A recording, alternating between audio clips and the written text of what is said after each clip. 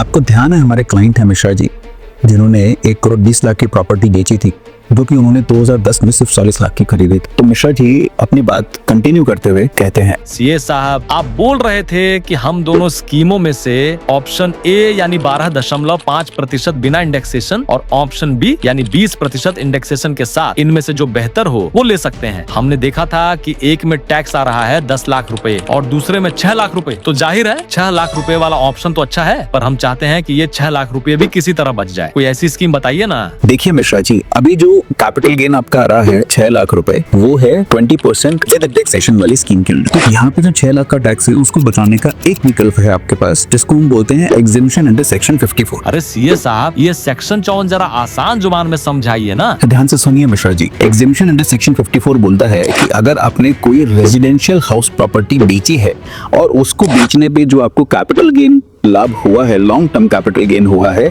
उससे आप इंडिया के अंदर कोई एक नई प्रॉपर्टी और खरीद सकते हैं। तो जो आपका ऑप्शन बी के अंदर लॉन्ग टर्म कैपिटल गेन आ रहा था विद इंडेक्सेशन, वो आ रहा था 30 लाख रुपए। तो आप 30 लाख रुपए या उससे अधिक की अगर कोई नई हाउस प्रॉपर्टी खरीद लेते हैं इस प्रॉपर्टी को बेचने के बाद, तो वो टैक्स बचा सकते हैं। तो सीए साहब, ये जो प्रॉपर्टी है हम इसे कभी भी खरीद सकते हैं? मतलब आज नहीं, 5 साल बाद खरीदना चाहे तब भी छूट मिलेगी क्या? नहीं मिश्रा जी, इसमें टाइम लिमिट्स हैं। सबसे पहले है या तो ये जो नई प्रॉपर्टी है या प्रॉपर्टी बेचने के विद इन 2 इयर्स खरीद सकते हैं, और ध्यान रहे ये प्रॉपर्टी हाउस प्रॉपर्टी होनी चाहिए, सिर्फ जमीन नहीं। सीए साहब, हम तो सोच रहे थे कि जमीन लेकर उस पर अपना घर बना लें, तो क्या उसमें ये छूट वाला विकल्प नहीं मिलेगा? नहीं, उसका भी विकल्प है मिश्रा जी। विकल्प यूं है कि आप जमीन खरीद लीजिए और जमीन के ऊपर कंस्ट्रक्शन कंप्लीट करवा दीजिए विद इन 3 इयर्स। बट एक बात बहुत ध्यान रखिएगा कि जो इस साल आपने प्रॉपर्टी बेची है उसकी जब आईटीआर फाइलिंग डेट आएगी अगले साल, उस ड्यू डेट से पहले अगर आपने प्रॉपर्टी नहीं खरीदी है या फिर कंस्ट्रक्शन नहीं करवाया है, तो वो सारा का सारा पैसा कैपिटल गेन अकाउंट स्कीम में डिपॉजिट करवा दीजिएगा। अगर आपने आईटीआर फाइलिंग की ड्यू डेट से पहले कैपिटल गेन अकाउंट स्कीम में डिपॉजिट नहीं करवाया, तो आपको ये एग्जेम्पशन अंडर सेक्शन 54 का बेनिफिट नहीं मिलेगा। मतलब ये हम समझे नहीं, कैपिटल गेन अकाउंट स्कीम कौन सी जमा होती है? देखिए, जितने भी नेशनलाइज्ड बैंक है मिश्रा जी, उनके अंदर capital gain account scheme deposit करके एक एफडी बनती है। वो एफडी से आप पैसा तभी निकाल सकते हो जब आप कोई नई हाउस प्रॉपर्टी खरीद रहे हो या कंस्ट्रक्शन के लिए पैसा कम में ले रहे हो। तो बेसिकली इनकम टैक्स डिपार्टमेंट ये चाहता है कि आप उस प्रॉपर्टी को खरीदने के लिए पैसा आज ही अलग से सेफ रखें और विद इन 2 इयर्स या 3 इयर्स जो भी आपका टाइमलाइन है उसके अंदर आप वो नई प्रॉपर्टी खरीद लें। तो इस प्रकार ये जो पूरा 6 लाख का टैक्स है आप ये भी बचा सकते हैं। अरे कमाल कर दिए सीए साहब, हम तो जानते ही थे कि आपके पास जरूर कुछ ना कुछ ऑप्शन होगा टैक्स बचाने का।